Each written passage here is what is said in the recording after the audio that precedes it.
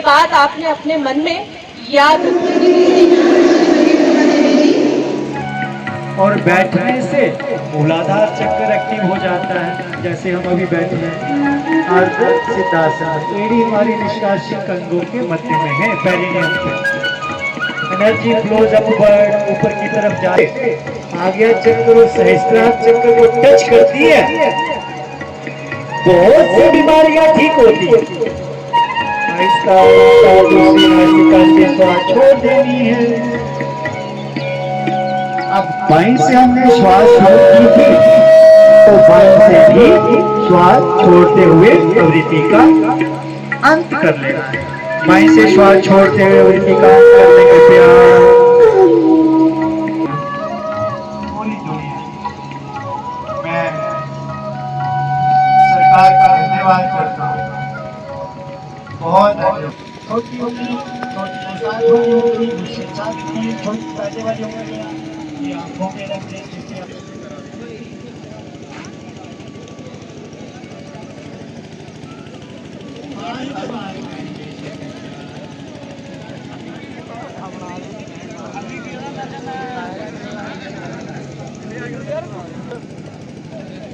करो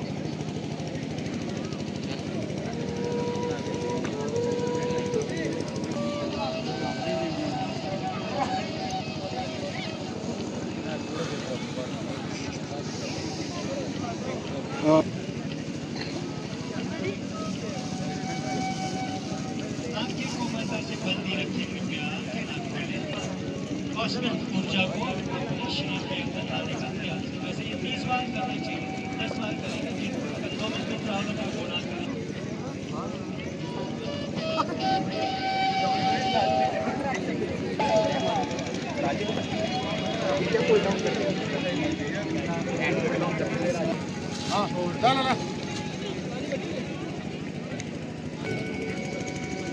विश्व कल्याण मंत्र अगर किसी साथी को आता है तो वो बोलते हैं आंखें कोमलता से बंदी रखिए, पूरे विश्व का कल्याण के लिए। भारत की संस्कृति है, तभी तो भारत प्रगति के पथ में।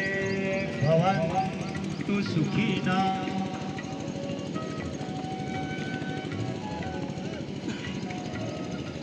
सर्वे संतो निरामया।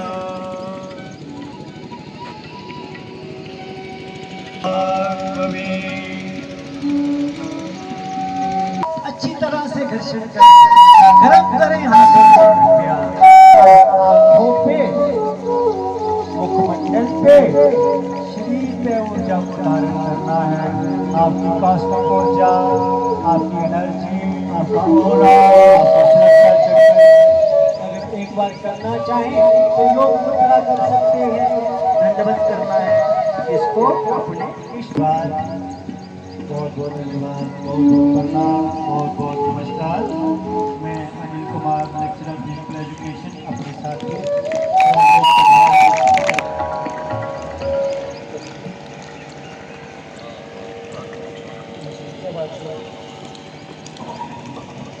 अगर आप सबको ये अच्छा लगा हो तो मेरा एक अपने घर में, मोहल्ले में, गाँव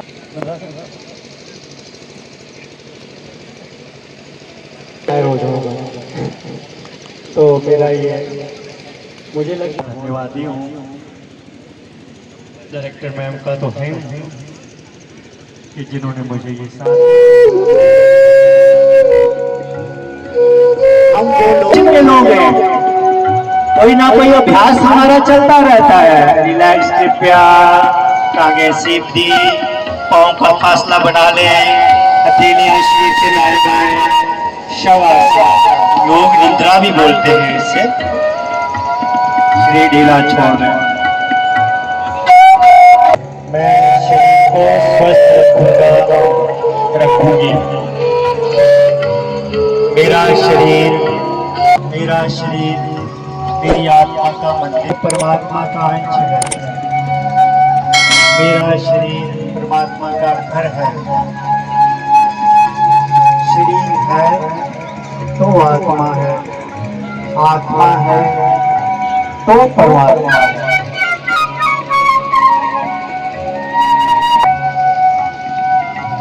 को हम अपने पूर्वजों के पास चले जाएं, उनसे पूछें। अब जो पूर्वज धरती पे नहीं है, जो असली नाम है, उनके पास जाएं, उनको पूछें।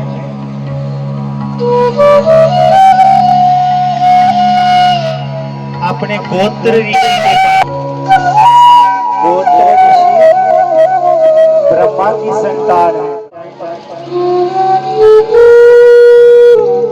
ब्रह्मा विष्णु की नाभि से उत्पन्न हुए हैं, तो डायरेक्टली इनडायरेक्टली आप भगवान विष्णु की संतान है, आप सच्चिदानंद की संतान है।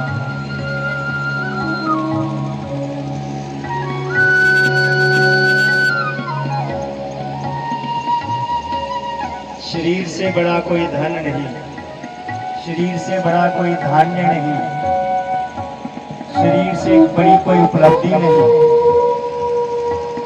शरीर से बड़ा कोई सुख नहीं।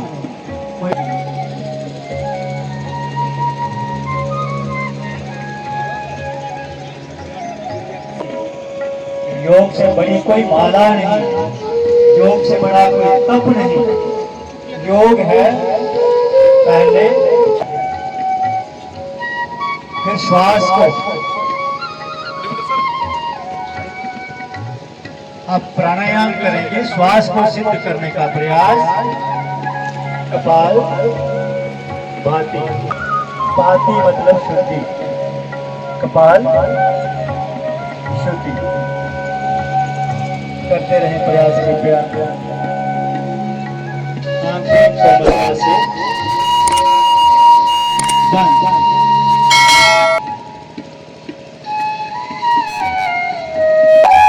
शरीर भी आपका, मन बुद्धि विचार भी आपका, विचार शुद्धि, संत शुद्धि, आहार शुद्धि, सत्य। आप सभी ज्ञानी लोग,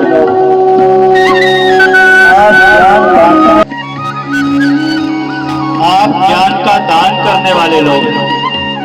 और ये बात आपने अपने मन में याद रखी। मुझे ये बताओ कि क्या आप ये ऐसा सोचते होंगे अपने घर में, आपके पेरेंट्स सोचते होंगे कि हमारे बुजुर्गों ने हमारे लिए घर बना के दिया, हमें प्रॉपर्टी दी है, हमारे किसी के घर में स्कूटर है, किसी के घर में गाड़ी है, और कुछ लोगों के घर में तो अब ये सोच चल रही होगी हम हेलीकॉप्टर भी ले लें। तो प्रॉपर्टी की बातें होती होंगी, हमारे एंसेस्टर्स ने क्या क्या छोड़ा है हमारे लिए, हम आगे क्या क्या छोड़ के जाएंगे।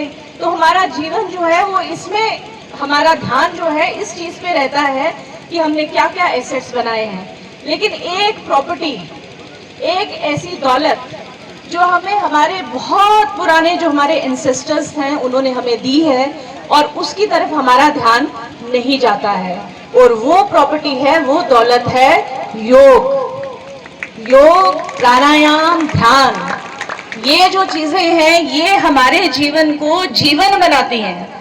इस बात के बारे में अभी आपने मैंने जो कहा, इस पे सिर्फ सोचना जाके कि मैंने क्या कहा। जब हमारा शरीर अच्छा नहीं होता है, हमारा मन अच्छा नहीं होता है, हम अच्छा फील नहीं करते हैं, तो हम उस प्रॉपर्टी का आनंद नहीं ले सकते हैं जो हमारे बुजुर्गों ने हमारे लिए घर, मकान और वो सब चीज छोड़ा है। उसका कोई फायदा नहीं है अगर हमारा शरीर अच्छा नहीं है, हमारा शरीर स्वस्थ नहीं है, हमारा मन स्वस्थ नहीं है। और योग एक ऐसी चीज है जो आपके शरीर को, आपके मन को और आपकी आत्मा को, तीनों को ना सिर्फ शुद्ध करता है, स्वस्थ करता है, आनंदमय देता है। जैसे आप अभी हमारे यहाँ बोल रहे थे, अनिल जी बता रहे थे कि आनंद ही आरोग्य है और आरोग्य ही आनंद है। ये बहुत बड़ी बात है, आप इस पे सोचना। और एक और छोटी सी बात बोलूंगी कि बहुत बार हम भगवान का भजन करते हैं घर में, सब लोगों की एक रूटीन होगी, घर में पूजा करते हैं या कभी कभी मंदिर में जाते होंगे। अपने आप से पूछना कि जब आप भजन गा रहे होते हैं तो हमारा मन कहाँ होता है, हमारा मन भटक रहा होता है, तो उसको कैसे कंट्रोल किया जाए। उसको कंट्रोल करने का एक ही तरीका है और वो है ध्यान जो हमें योग सिखाता है, प्राणायाम, अपनी सांसों का चलना और रुकना, ये जो कंट्रोल है ये सबसे बड़ा कंट्रोल है और ये हमें केवल योग सिखाता है। इसीलिए अंतर्राष्ट्रीय योग दिवस है। अंतर्राष्ट्रीय योग दिवस का मतलब पूरे विश्व ने माना कि भारत ने पूरे विश्व को, अपने भारत को तो दिया ही, पूरे विश्व को एक इतना बड़ा उपहार दिया है योग के रूप में। तो मेरी आप सब लोगों से ये प्रार्थना रहेगी कि योग को अपने जीवन में हर दिन लाएं। ये नहीं है कि आज अंतर्राष्ट्रीय योग दिवस है तो आज हम सब इकट्ठे हो गए और हमने योग कर लिया। कुछ ना कुछ 10 मिनट, 5 मिनट, जितना भी आप कर सकते हैं इसको जरूर करें। और अंत में as director general youth services and sports, मैं आप सब लोगों को ये आश्वासन देना चाहूँगी कि आने वाले समय में हम ये कोशिश करेंगे कि ना केवल स्कूल्स में बल्कि स्कूल्स के बाहर जो हमारे यूथ हैं या कोई भी हमारी किसी भी एज को कोई भी बिलोंग करता है, सबके लिए हम कोशिश करेंगे कि कोई ना कोई फिटनेस एक्टिविटी, कोई ना कोई स्पोर्ट्स, योग, हर किसी चीज़ का हम कोशिश करें। उनको इंफ्रास्ट्रक्चर भी देंगे, लेकिन ये याद रहे कि हमारा जो एक योग है यही एक हमारे किसी इक्विपमेंट या किसी इंफ्रास्ट्रक्चर का मोहताज नहीं है। तो योग को अपनाएं और आप खुद देखेंगे कि आपके जीवन में कितना बड़ा अंतर आया है। धन्यवाद। Thank you ma'am.